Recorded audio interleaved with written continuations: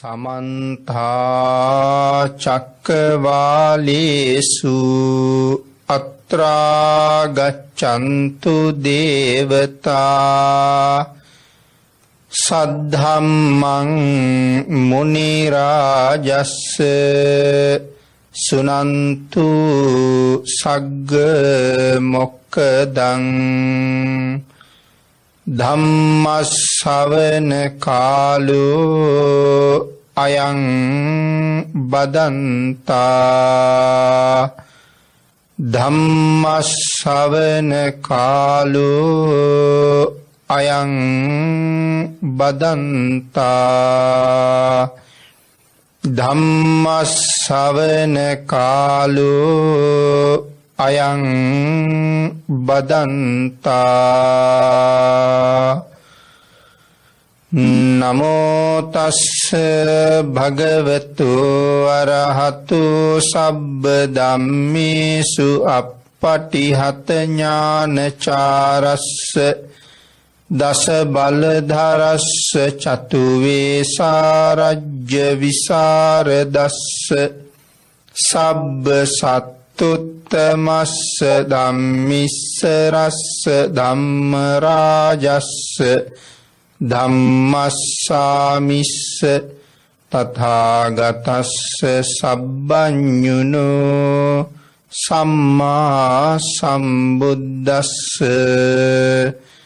නමෝ තස්ස භගවතු අරහතු සබ්බ ධම්මේසු අප්පටිහත ඥානචාරස්ස දස බලධරස්ස චතු වේසාරජ්‍ය විසරදස්ස සබ්බ සත්තුත්තමස්ස ධම්මිස්ස රස්ස ධම්ම රාජස්ස ධම්මස්සාමිස්ස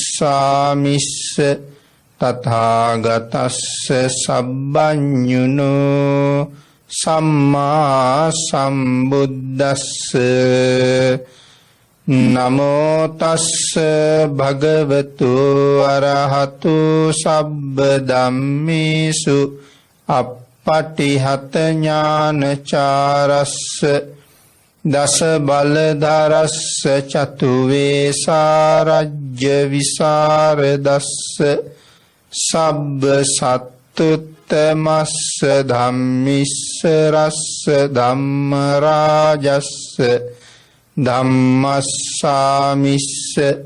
තථාගතස්ස සබ්බඤුනෝ සම්මා සම්බුද්දස්ස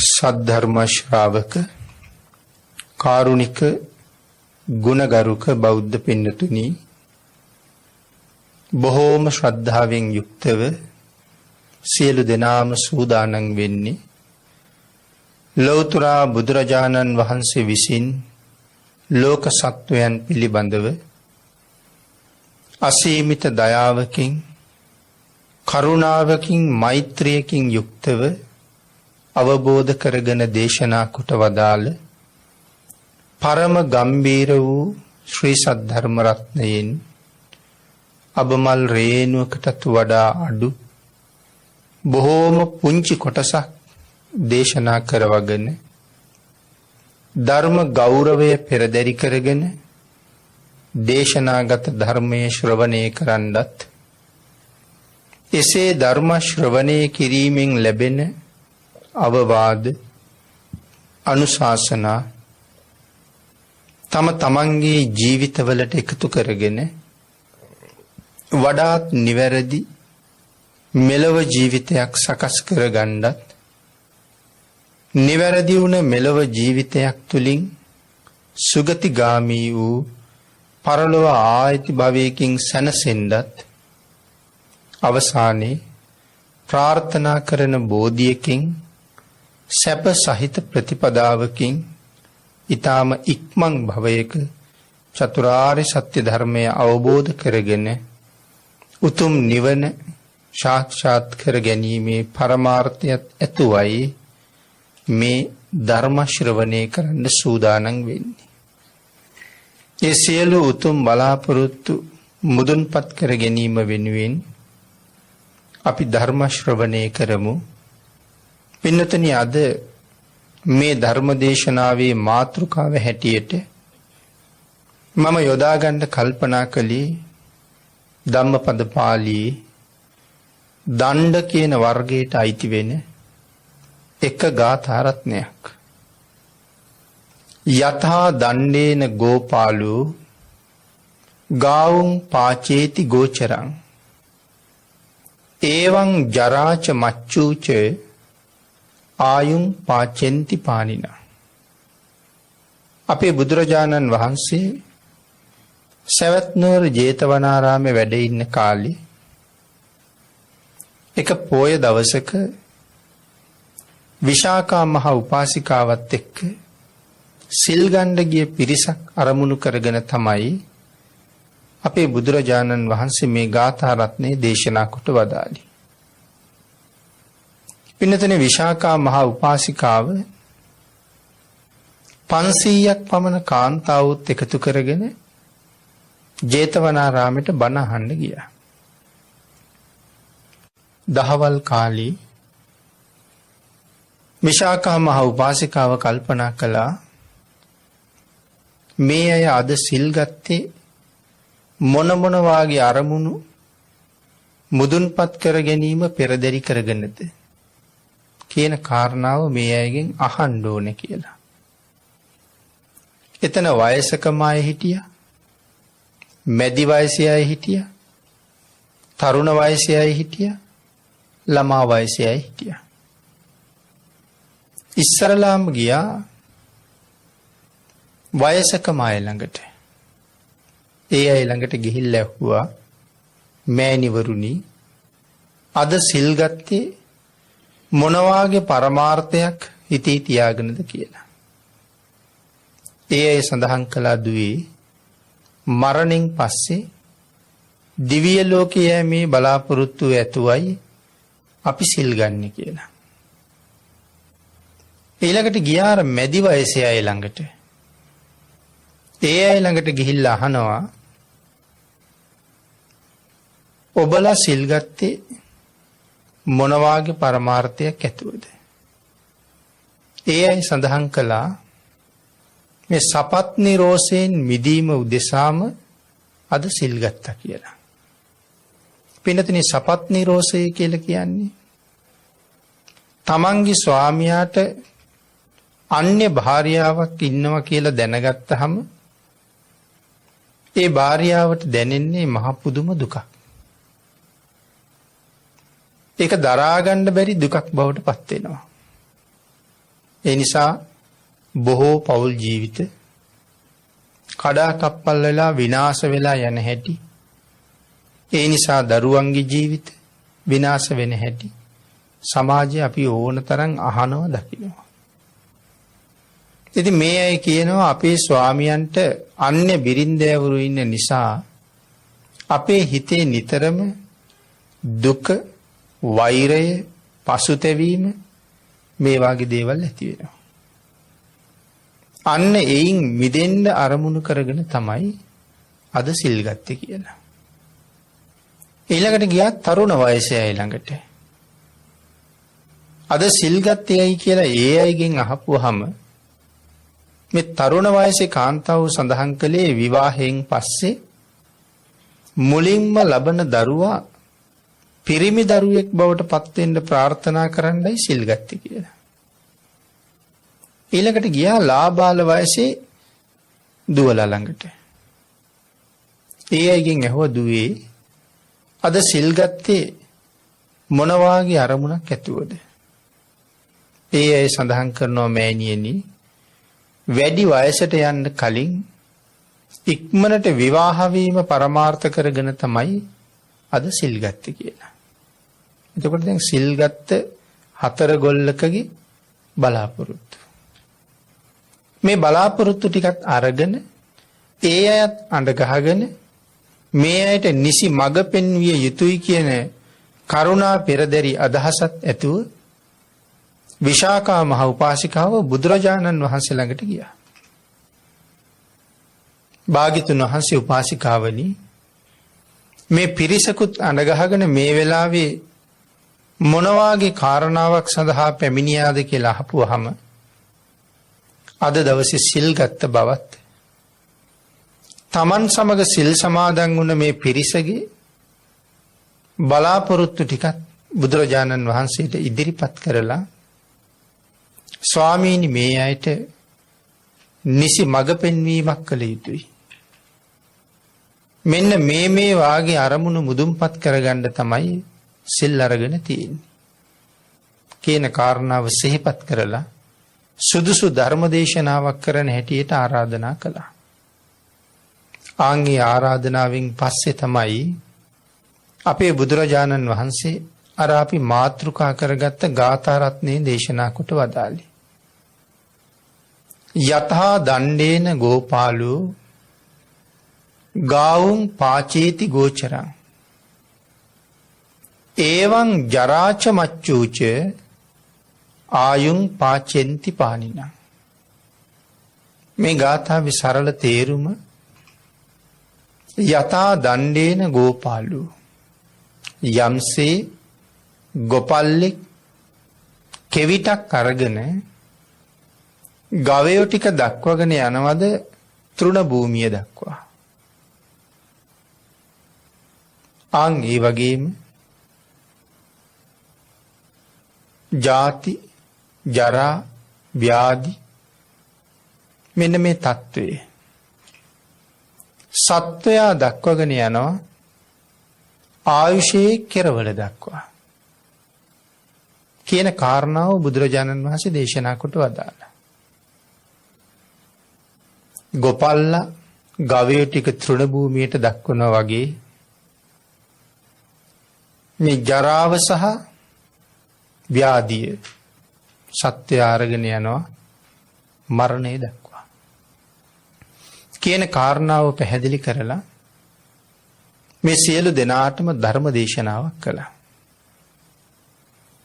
එහෙමනම් පින්නතේ ගාථා රත්නයේ භාග්‍යතුන් වහන්සේ දේශනා කොට වදාළේ මෙහි අන්තර්ගත ධර්ම කාරණාව අපි ටිකක් කෙටියෙන් සාකච්ඡා කරමු. මෙලොව උපන්නා වූ සත්වයා ඒකාන්ත වශයෙන් දවසක මැරෙනවා. ඒක අපි හැමෝම හොඳාකාරවම දන්නවා. මේ ජරා මරණ කියන తত্ত্বය ජරාව කියලා කියන්නේ වයසට යනවා කියන එකයි.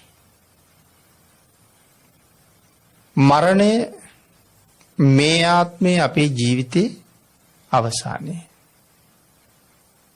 එහෙනම් උපන්නා වූ සත්වයා හැමෝම වයසට ගිහිල්ලාම මැරෙන්නේ නැහැ. නමුත් ජරාවටපත් වෙනවා කියලා කියන්නේ මොහොතක් ගානේ අපි වයස්ගත වෙන එකයි සිද්ධ වෙන්නේ. ලදරුවෙක් වෙන්න පුළුවන්. ක්‍රමානුකූලව ලොකු වෙලා ළමා වයස ඉක්මවලා තරුණ වයසට එනවා.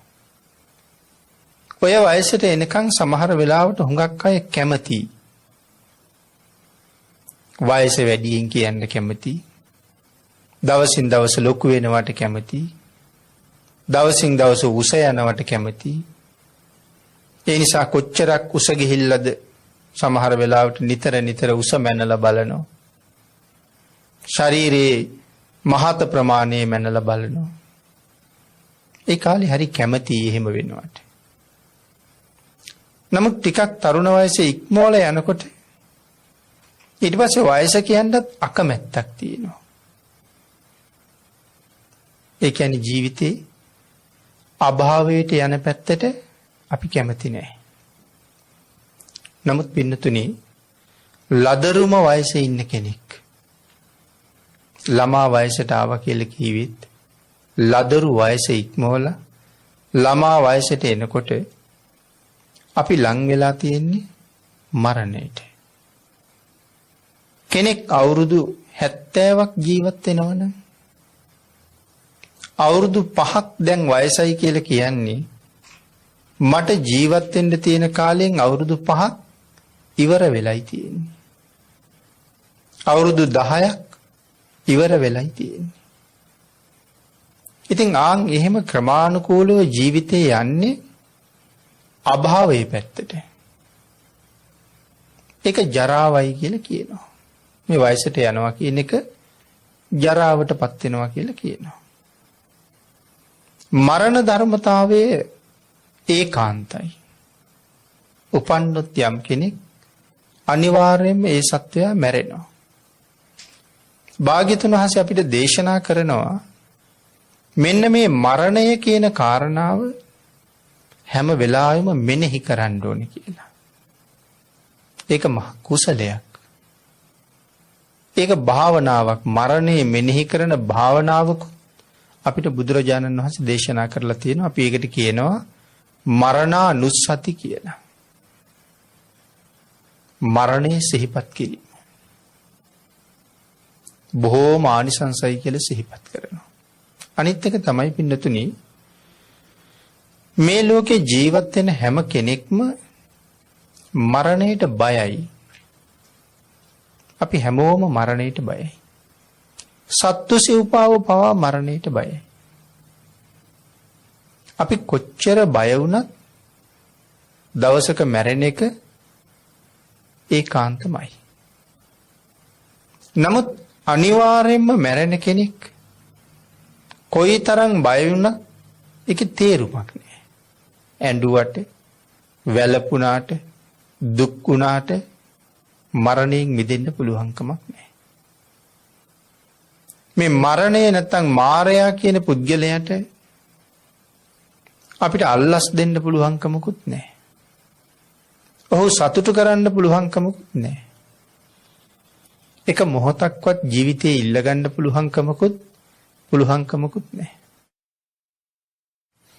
අන්න ඒ නිසා අපි ජීවත් වෙන කාලය තුල මේ මරණයට මූණ දෙන්න හොඳින් සූදානම් වෙන්න ඕනේ. තව විදිහකට කිව්වොත් ජීවත් වෙනවා කියලා කියන්නේ මරණයට සූදානම් වෙනවා කියන එක. මොකද අනිවාර්යයෙන්ම පැමිණෙන දෙන්නේ. ඒ නිසා ඒකට අපි සූදානම් වෙන්න ඕනේ. එතකොට ඒ සඳහා සූදානම් වීම ගැන බුදුරජාණන් වහන්සේ අපිට බොහෝ කරුණු දේශනා කොට වදාළා. සංවේග වස්තු 8ක් බුදුරජාණන් වහන්සේ දේශනා කළා. 8 මහා සංවේග වස්තු කියලා.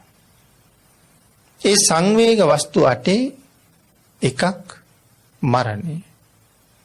ජාති, ජරා, ව්‍යාධි, මරණ. මේ මරණ කියන ධර්මතාවයේ සංවේග ඉපදිය යුතු කාරණාවක්. හේතුව මෙලව අතහැරලා යනවා. ඒ වගේම පින්නතුනි මෙලව අතහැරපු පුජ්‍යලයට නැවත උපතක් තියෙනවා. මරුණ කියලා කිව්වොත් අනිවාර්යයෙන්ම ආයෙත් උපදිනවා. අභාව ප්‍රාප්ත වුණා කියලා කිව්වත් උපදිනවා. නිදන ප්‍රාප්තියටපත් වුණා කියලා කිව්වත් උපදිනවා.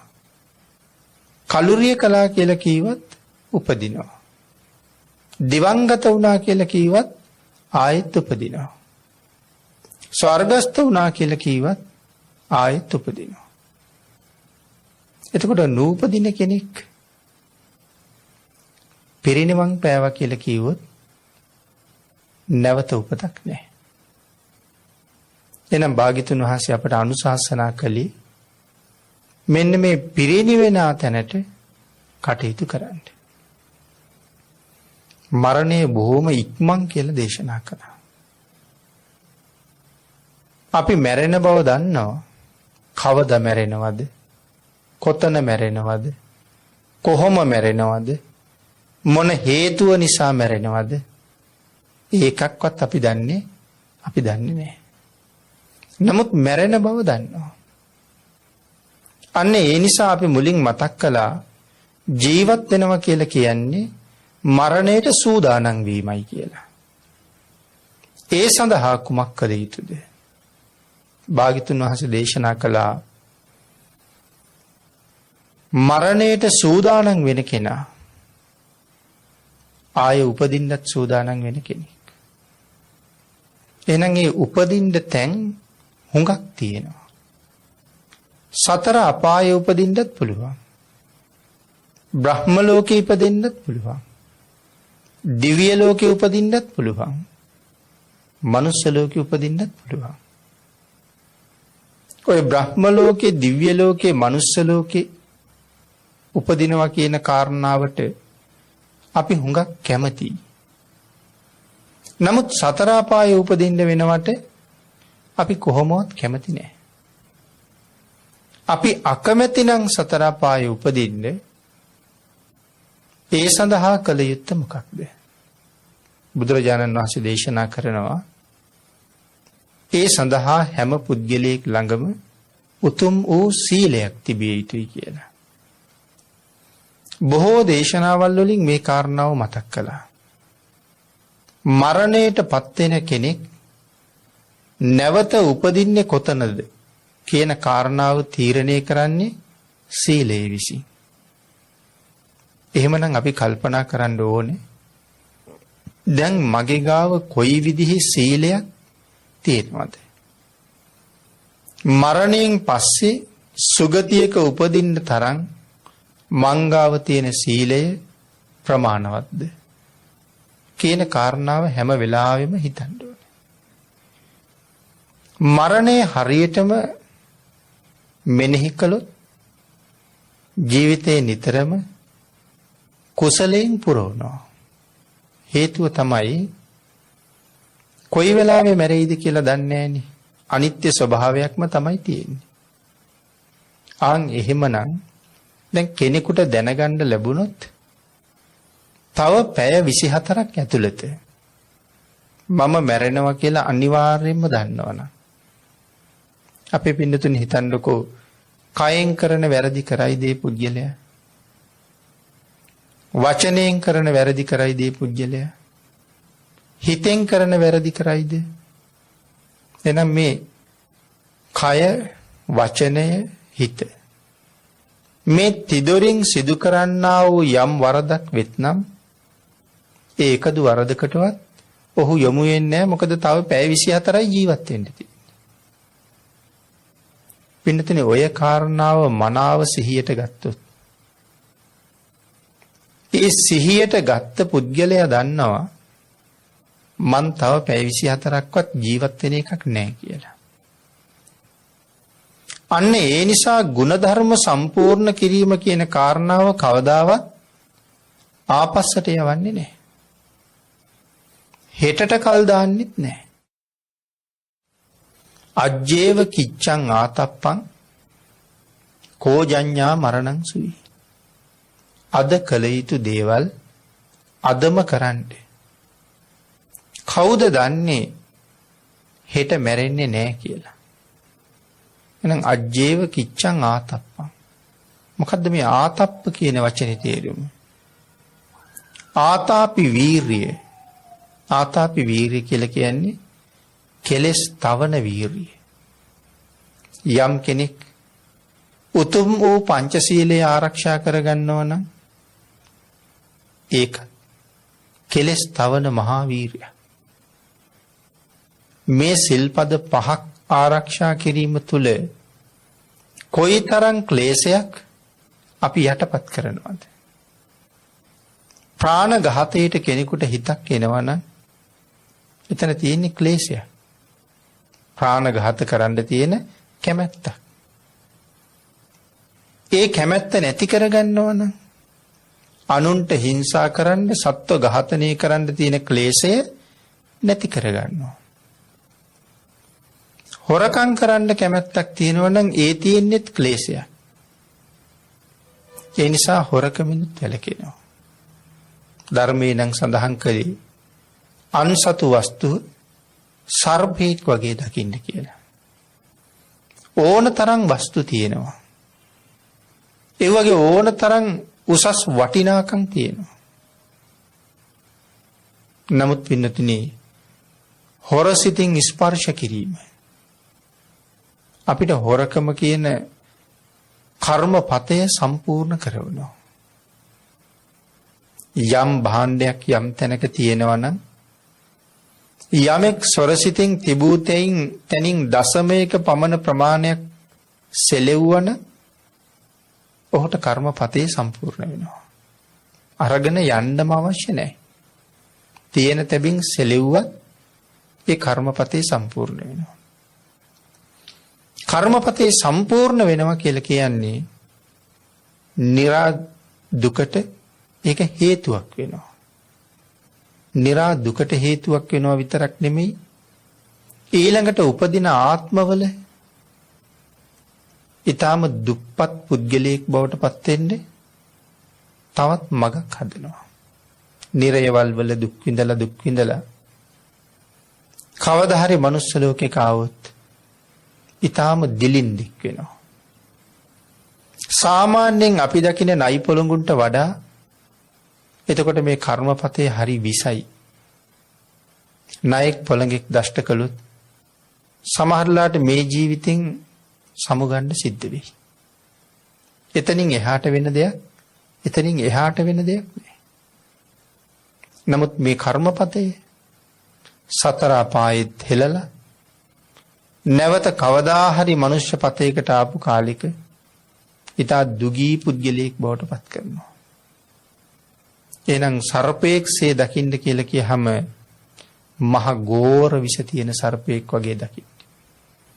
කොච්චර වටිනා දෙයක් වුණත් ඒක නිකන් කැට කැබලිති ගොඩක් වගේ දකින්න. එතකොට ඒක පිළිබඳව තණ්හාවක් ඇති වෙන්නේ. සමහරලාට අන්සතු බිරිඳක් දැක්කහම Tamanට වඩා වයසයි නම් අම්මා කෙනෙක් වගේ දකින්න කිව්වා. සමාන කෙනෙක් නම් සහෝදරියක් වගේ බලන්න කිව්වා. ලාබාල කෙනෙක් නම් දුවනි කෙනෙක් දිහා බලනවා වගේ බලන්න කිව්වා. අනික් පැත්තත් එහෙමයි. කාන්තාවකට නම් වැඩිමහලු කෙනෙක් තාත්තා කෙනෙක් වගේ සමාන කෙනෙක් සහෝදරයෙක් වගේ බාල කෙනෙක් පුතණු කෙනෙක් වගේ දැකලා ඒ පිළිබඳව උපදින රාගසිත සහිත ක්ලේශය යටපත් කරන්න උදව්වක් කරගන්න කියලා දේශනා කරනවා. මුසාවත් එහෙමම තමයි. එහෙමනම් මේ කාරණා තුලින් කොයි තරම් කෙලෙස් ප්‍රමාණයක් අපිට යටපත් කරන්න පුළුවන්ද? සසර බොහෝම දුකට ඇදලා දාන මහා කෙලෙස් ප්‍රමාණයක් තවන්න යටපත් කරන්න දුරු කරගන්න මහත් වූ උපකාරයක් මේ සීලය තුලින් සම්පූර්ණ කරනවා.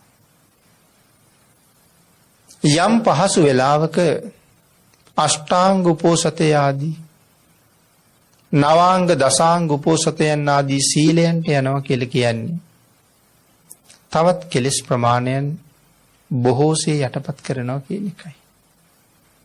මේ කෙලෙස් යටපත් කර කර සුගතිගාමී ජීවිතයකට මඟ හදාගන්න. තව බොහෝ කුසල් රැස් කරගන්න නිවන් දක්නා ජාති දක්වා සතර අපායක නොවැටෙන්න කුසලයෙන්ම පෝෂණය වෙලා බුදු පසේ බුදු මහරහතන් වහන්සේලා වැඩි වී සැනසී වදාළ ඒ උතුම් නිවන සාක්ෂාත් කර ගැනීම සඳහාම කටයුතු කළ යුතුයි කියන කාරණාව භාග්‍යතුන් වහන්සේ පෙන්නනවා. දැන් අර සිල් ගත්ත පිරිස පළමුවෙනි කණ්ඩායම අදහස් කළා දෙව්ලොව යන්න වයසකමයි. දෙවෙනි කණ්ඩායම ද්වේෂය නැති කරගන්න. තරුණ අය පිරිමි පුතෙක් ලබන්න. ලාබාලය ඉක්මනට විවාහයක් වෙන්න. මේ ප්‍රාර්ථනා හතරම ලෞකික වූ බලාපොරොත්තු.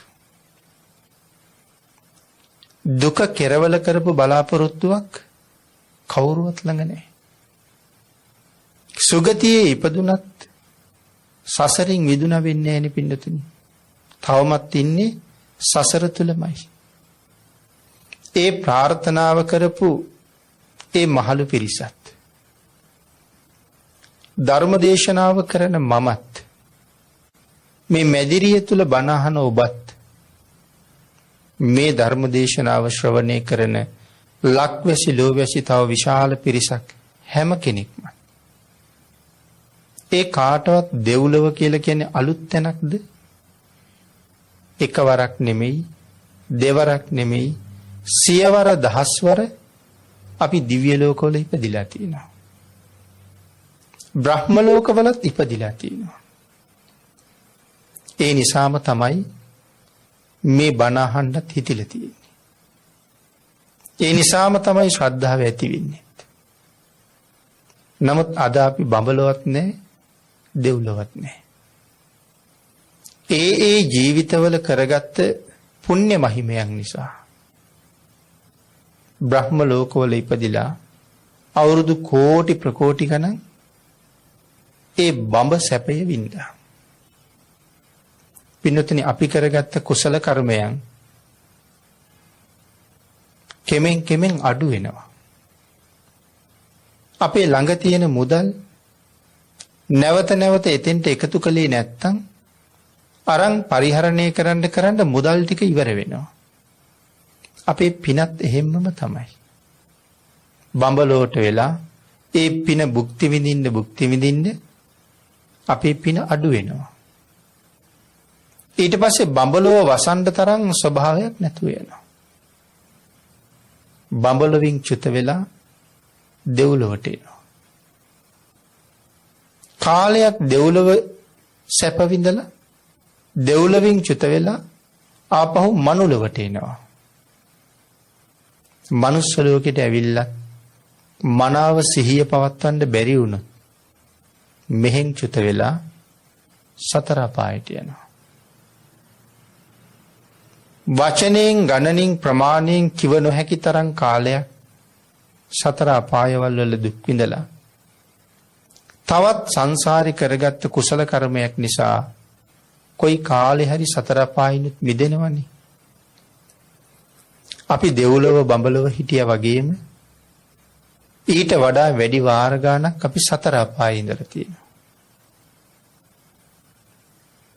ධර්මයේ සඳහන් කළා භාග්‍යතුන් වහන්සේ සංවේග වත්තු පැහැදිලි කරනකොටම මේ සතර අපා දුක සංවේග වත්තු වල තව එකක්.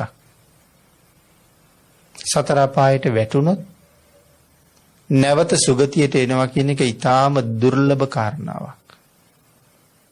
බාලපඬිත සූත්‍රයේ උදාහරණයක් දේශනා කළා ඒ ගැන. හැබැයි මේ උදාහරණය මේ හැම කෙනෙක්ම නිතර අහලා තියෙන උදාහරණයක්. මහා සාගරයට වැටිලා තියෙනවා එක සිදුරක් තියෙන වියගහක්. අවුරුදු 100කට සැරයක් සාගරයේ පතුලින් උඩට එනවා කැස්බෑවෙක්. මේ කැස්බෑවට මේ වියගහ හම්බ වෙලා වියසිදුරෙන් ඔළුව උඩට දාලා අහස බලන්න ඕනේ. ඒක වෙන්න පුළුවන්ද? භික්ෂුන් වහන්සේලාගෙන් ඇහුවා. පින්නතනේ ඒක වෙන්නෙම නැති දෙයක් කියලා කිව්වොත් ඒක ඒ තරම්ම කාරණාවක්.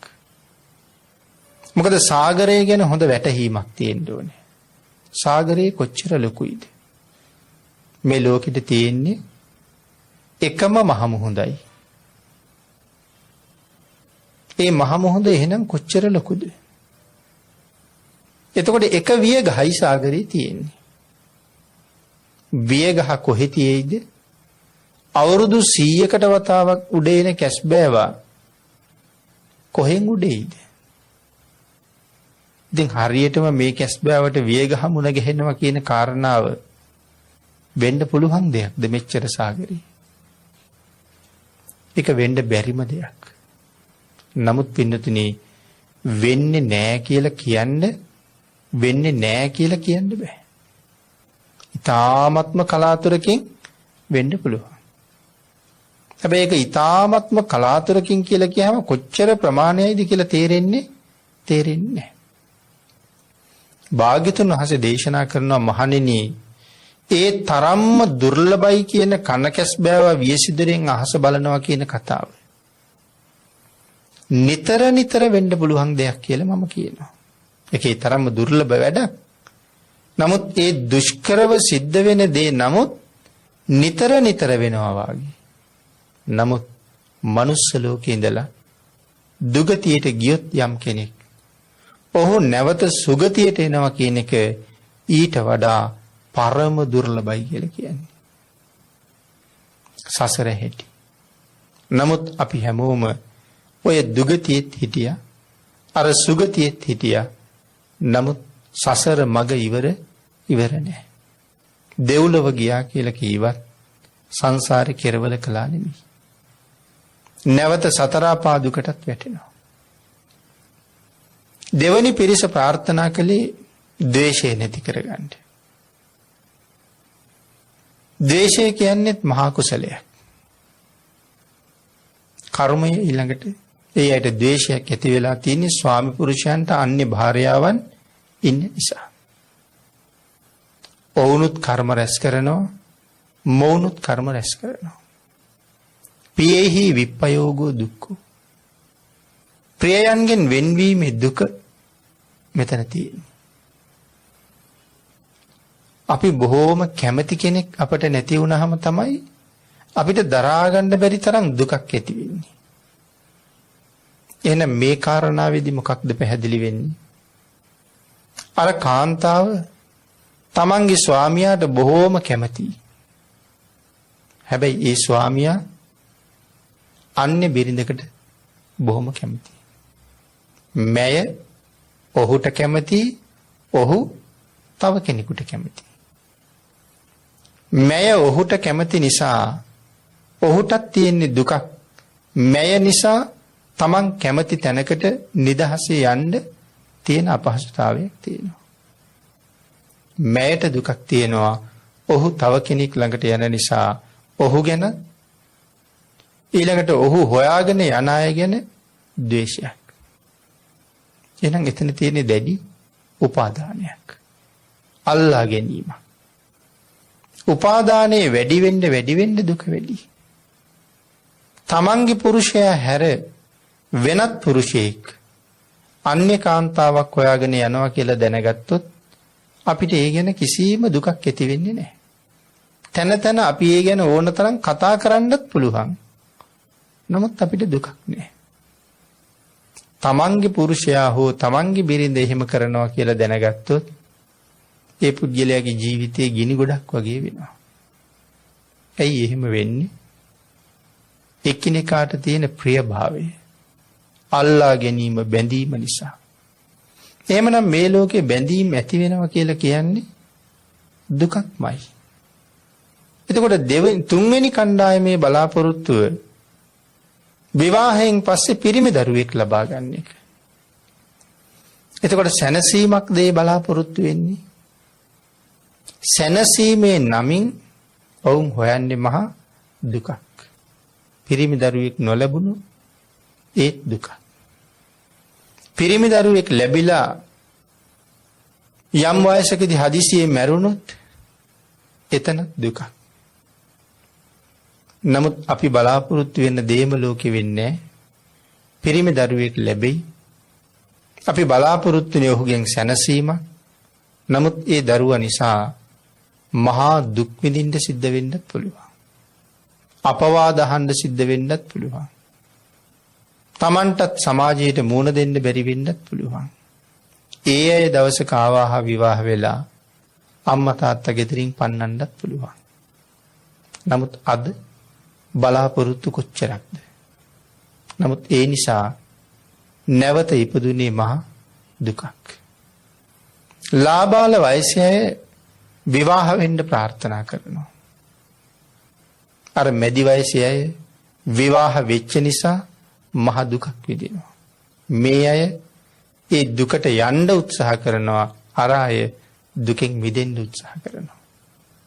එතකොට මේ සිල්ගත් පිරිස කවුරුවත් ළඟ උතුම් වූ සම්මාදිට්ඨික ප්‍රාර්ථනාවක්, නිවැරදි ප්‍රාර්ථනාවක් ඒ අය ළඟ නැහැ. දුකෙන් මිදෙන ප්‍රාර්ථනාවක් නෙමෙයි තියෙන්නේ. හැමෝම ළඟ තියෙන්නේ නැවත දුකත් එක්ක ගමන් කිරීමේ ප්‍රාර්ථනාවක්. දුකත් එක්ක සංසරණය වීමේ ප්‍රාර්ථනාවක්. නමුත් ලෞතර බුදුවරු ලෝකෙට පහළ වුණේ අපි හැමෝටම දුකින් මිදෙන මඟ කියලා දෙන්න. දුකින් මිදෙන මඟ භාග්‍යතුන් වහන්සේ අපිට කියලා දෙනකොට නැවත නැවත අපේ ප්‍රාර්ථනාව දුකටම වැටෙන එක නම් භාග්‍යතුන් වහන්සේගේ දේශනාවට කීකරු බවක් ඒ පුද්ගලයා තුල දකින්නේ නැහැ. සංසාරේ ඔබත් අපිත් අදත් මෙතෙක් දුකක් විඳිනවා නම් ඒ හැම දුකකටම හේතුවක් උනේ ආර්යයන්ට අකීකරු වෙච්ච නිසා. නමුත් වටිනා අවස්ථාවක් ලැබිලා තියෙනවා. උතුම් මනුස්ස ජීවිතය. ශ්‍රේෂ්ඨ බුද්ධාන්තරය. සසර ඕන තරම් බුදුරජාණන් වහන්සේ මුණ ගැහුණා. මහ බෝසතාණන් වහන්සේ පාරමිතා පුරන්න පටන් ගත්ත කාලේ ඉඳලා මුණ ගැහිච්ච බුදුරජාණන් වහන්සේලගේ ප්‍රමාණය 512028ක් කියලා සඳහන් කළේ. පින්නතුනි ඔය තරම් බුදුරජාණන් වහන්සේලගෙන් ඔබටත් මටත් කොයි තරම් ප්‍රමාණයක් මුණ ගැහෙන්නේ නැද්ද? ඒ තරම් බුදුරජාණන් වහන්සේලා මුණ ගැහිලත් අපට බැරි වුණා නම් තාමත් සසරින් මිදෙන්න හේතුව තමයි මුලින් සඳහන් කරපු විදිහට ආර්යයන්ට අකීකරු වීම. එහෙනම් මෙවන් බුද්ධාන්තරයක් නැවත ලැබිලා තියෙන වෙලාවෙත් මේ වාගේ ලෞකික ප්‍රාර්ථනාවක් මුදුන්පත් කර ගැනීම සඳහා නම් මේ කැපකිරීම ඒත් භාග්‍යතුන් වහන්සේට කීකරු නැතිකමක්ම තමයි. භාග්‍යතුන් වහන්සේගේ ධර්මයේ මනාව තේරුම් ගත්තේ නැතිකමක්ම තමයි. ඒ අවබෝධ කරන්න තාමත් සූදානම් නැතිකමක්ම තමයි. ඒ නිසා දේශනා කළා මරණය බොහොම වේගෙන් අපි හොයාගෙන යනවා. ඔය ප්‍රාර්ථනා කරන විවාහය වෙන්න ඉස්සරලා මැරෙන්න පුළුවන්. ඔය බලාපොරොත්තු වෙන පිරිමි දරුවා ලබන්න ඉස්සරලා මැරෙන්න පුළුවන්. ඒ නිසා අපි කළ යුතු උතුම්ම ප්‍රාර්ථනාව එහෙමනම් මොකක්ද? ශ්‍රේෂ්ඨ මනුස්ස ජීවිතයයි උතුම් බුද්ධාන්තරයයි මුණ ගැහිලා තියෙන වෙලාවේ නැවත සසර නතර වෙන්න කරන ප්‍රාර්ථනාවක් නෙමෙයි වහවහ සංසාරයෙන් ඈතර යන්න කරන ප්‍රාර්ථනාවක් තමයි අපි ළඟ තියෙන්න ඕනේ. සමහර වෙලාවට මේ බුද්ධාන්තරයෙන් අපි බලාපොරොත්තු වෙන තැනට යන්න අපිට වීරිය නැති වෙන්න පුළුවන්. තවත් බුදුරජාණන් වහන්සේ නමක් ගැන කියලා ඒ ශාසනයෙන් නිවන් දකින්නවා කියලා ප්‍රාර්ථනා කළොත් ඒකත් අපිට නොවෙන්නත් පුළුවන්. ඒ නිසා නිවැරදිව කළ යුතු ප්‍රාර්ථනාවක් හැටියට ඊටාම ඉක්මන් භවයක ඒක මේ ජීවිතේ වෙන්නත් පුළුවන් ඊළඟ ජීවිතේ වෙන්නත් පුළුවන් මේ බුද්ධාන්තරේ පුරාම බැරි වුණොත් ඊළඟ බුද්ධාන්තරය තුල වෙන්නත් පුළුවන්. ඒ නිසායි ඊටාම ඉක්මන් භවයක ඊටාමත්ම කෙටි කාලයකින් ඉක්මන් භවයක වෙන්න ඕනේ බොහොම කෙටි කාලයකින් වෙන්න ඕනේ. සැප සහිත ප්‍රතිපදාව සැපවත් වෙන්න ඕනේ. ආර්යයන් වහන්සේලාගේ චරිත කතා ගැන කියනකොට රහත් බව ලබා ගැනීම සඳහා විඳලා තියෙන දුක් අපිට බොහොම අහන්න ලැබෙනවා. සමහර රහතන් වහන්සේ නමක් තමන්ගේ ඇස් දෙක පුපුරනකම්ම සැතපීලා නැහැ. අවදීන්ම භාවනා කරලා. සමහර රහතන් වහන්සේලා මාස ගණන් සක්මන් කරලා. සමහර මහරහතන් වහන්සේලා වෙච්ච අය ඊට වඩා වැඩි කල දුක් විඳලා. සෝනාදී මහතෙරවරු කොයි තරම් වීරිය වැඩුවද? සක්මන් කරලා යටිපතුලින් ලේ ගලන්න ගත්තා. ඇවිදින්න බැරි නිසා දනිස් දෙකකින් සක්මන් කළා. දනිස් දෙකම හැම ගිහිල්ලා ලේ ගලනකොට නැවත නැගිටලා සක්මන් කරනවා. පාද දෙකෙන් දැඩි වේදනාවක් ඇති වෙනකොට ආයේ දනිස් දෙකකින් සක්මන් කරනවා. ප්‍රතිපදාව සැපයිද එතකොට? ප්‍රතිපදාව සැප නැහැ. බොහෝම දුක් සහගතයි. විනාඩි 10ක් විතර භාවනා කරන්න වාඩි වුණොත් අපේ ශරීරයේ ඇති වෙන වේදනාවල් කොච්චරද? ආන් ඒ නිසා සැප සහිත ප්‍රතිපදාවේ දාරුචීරිය ආදී මහරහතන් වහන්සේලා බුදුරජාණන් වහන්සේ මුණ ගැහිලා බණපද කීපයක් මහපාරේදී ඇහුවි. නමුත් මහපාරේම රහත් වෙනවා. පැය ගණන් තැනක භාවනා කළාද ප්‍රතිපදාව ඊටාම සැපයි. ආන් ඒ නිසා සැප සහිත ප්‍රතිපදාවයි ප්‍රාර්ථනා කරන බෝධීන් ඒ උතුම් නිවනට යෑම සඳහා මේ ලැබිච්ච උතුම් අවස්ථාවෙන් වහවහ වීරිය කරන්න ඕනේ. මරණය ඕනම වෙලාවක අපි හොයාගෙන එනවා. අස්තිරයි ජීවිතේ. ස්ථිර බවක් කොහොමද ජීවිතේ නෑ. තනපතක් අග රැඳුන පිනි බින්දුවක් වගේ අස්තිරයි. එවන් ජීවිතේ මරණය මොන මොහොතේ අපි හොයාගෙන ඉඳ දන්නේ. ඒක ඊටාම වේගෙන් අපි හොයාගෙන ඉන්න ධර්මතාවයක් බව අපේ බුදුරජාණන් වහන්සේ ජවනහංස ආදී ජාතකවලත් අපිට දේශනා කොට වදාළා. ආන් ඒ නිසා ගොපල්ලා ගවයෝ ටික තෘණ භූමියට දක්වනවා වගේ ජරාවයි මරණයයි එකතු වෙලා අපි ආයුෂයගේ කෙරවල දක්වා අරන් යනවා. ගෙවෙනවා නම් හැම මොහොතක්ම ඒ ගෙවෙන හැම මොහොතකම අපට අහිමි වීමක් තියෙනවා. ජීවිතය අහිමි වීම. ආන් ඒ නිසා සඳහන් කළා යම් තැනක මහ පොළොවේ හැරිලා ගිහිල්ලා තියෙනවා නම් අපි දන්නවා ජල පාරක් ගිහිල්ලා තියෙනවා. තනකොළ අතුරු කිලි පිච්චිලා තියෙනවා නම් අපි දන්නවා ගිනි පාරක් ගිහිල්ලා තියෙනවා. ගස් කොළන් පෙරලිලා අතු කඩාගෙන වැටිලා තියෙනවා නම් අපි දන්නවා සුළඟක් හමලා තියෙනවා. ආන් ඒ වගේ තමයි අපිට ලදරු අවදියක් තිබුණා. ළමා කාලයක් තිබුණා. තරුණ කාලයක් තිබුණා. දැන් මැදියම් වයසේ සැඳෑ සමයේ ඉන්නවා. ඒ ළමා කාලේ තිබුණ අතපය, පාසල් ගිය කාලේ තිබුණ අතපය, විවාහ වෙච්ච කාලේ හැඩරුව දැන් මේ එකක්වත් අපි ළඟ නැහැ. ඊට වඩා හුඟක් වෙනස් කෙනෙක්. එදා අරගත්ත පින්තූර ටිකක් ළඟ තියාගෙන බැලුවොත් එදාට වඩා අද අපි කොච්චර වෙනස් වෙලාද ඉක්මනට හොයාගෙන යනවා. ඒ නිසා වහවහ කුසල් දහම් රැස් කරලා තව ටිකකින් මම මැරෙනවා කියනවා වගේ චේතනාව මත පිහිටලා කයෙන් සිතින් වචනයෙන් සිද්ධ වෙන හැම අකුසල ධර්මයක්ම අවම කරගෙන දස අකුසලයෙන් මිදිලා දස කුසල ධර්මයන් සම්පූර්ණ කරගෙන මරණයට සූදානම් වෙච්ච කෙනෙක් තමන් ලබාගත් උතුම් ජීවිතයට හැබෑ සාධාරණයක් කරගත්ත කෙනෙක්. ඒ ජීවිතයට හොඳ සාධාරණයක් කරගත්තාම ඒ පුජ්‍යලයා මැරෙන්න බය නැති කෙනෙක්. ආන් ඒ නිසා ඒකාන්තයෙන් හොයාගෙන ඉන්න මරණ ධර්මතාවයට නිර්භයව මුහුණ දෙන්න පුළුවන් ජීවිතයක් පෝෂණය කරන්න සියලු දෙනාටම තුනුරුවන්ගේ ආශිර්වාදයෙන් ශක්තිය, ධෛර්යය, වාග්ය, වාසනාව උදා වේවා කියලා ආශිර්වාද කරනවා.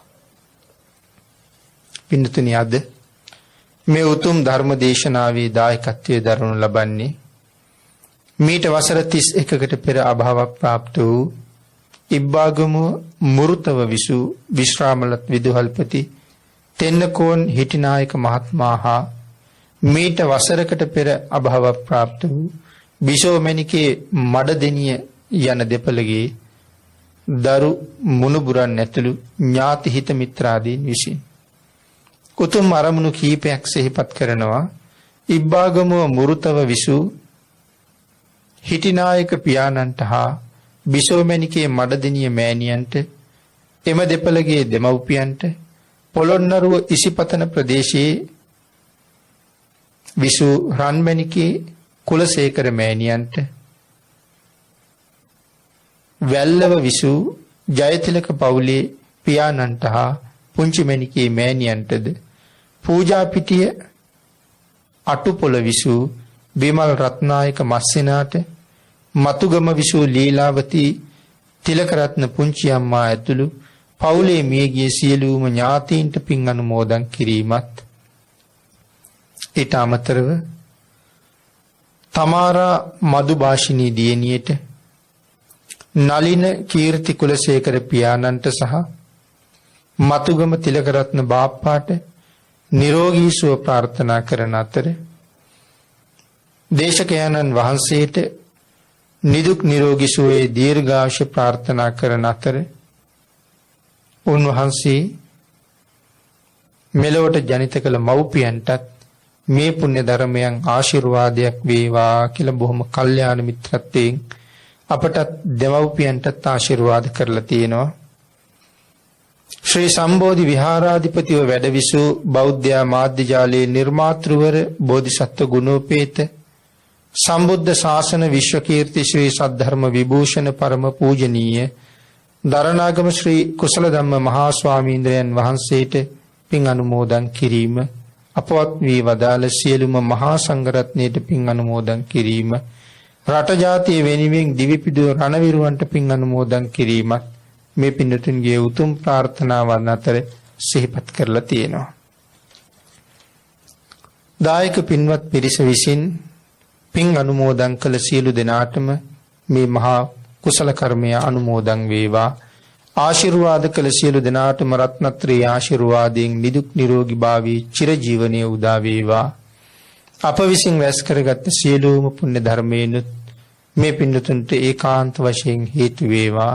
ඔබ අපි සියලු දෙනාටම ඊ타ම ඉක්මන් භවයක ඊ타මත්ම කෙටි කාලයකින් සැප සහිත ප්‍රතිපදාවකින් උතුම් චතුරාර්ය සත්‍ය ධර්මය අවබෝධ කර ගැනීම සඳහා මේ පුණ්‍ය සම්පත් හේතු වාසනා වේවා කියලා ප්‍රාර්ථනා කරමු.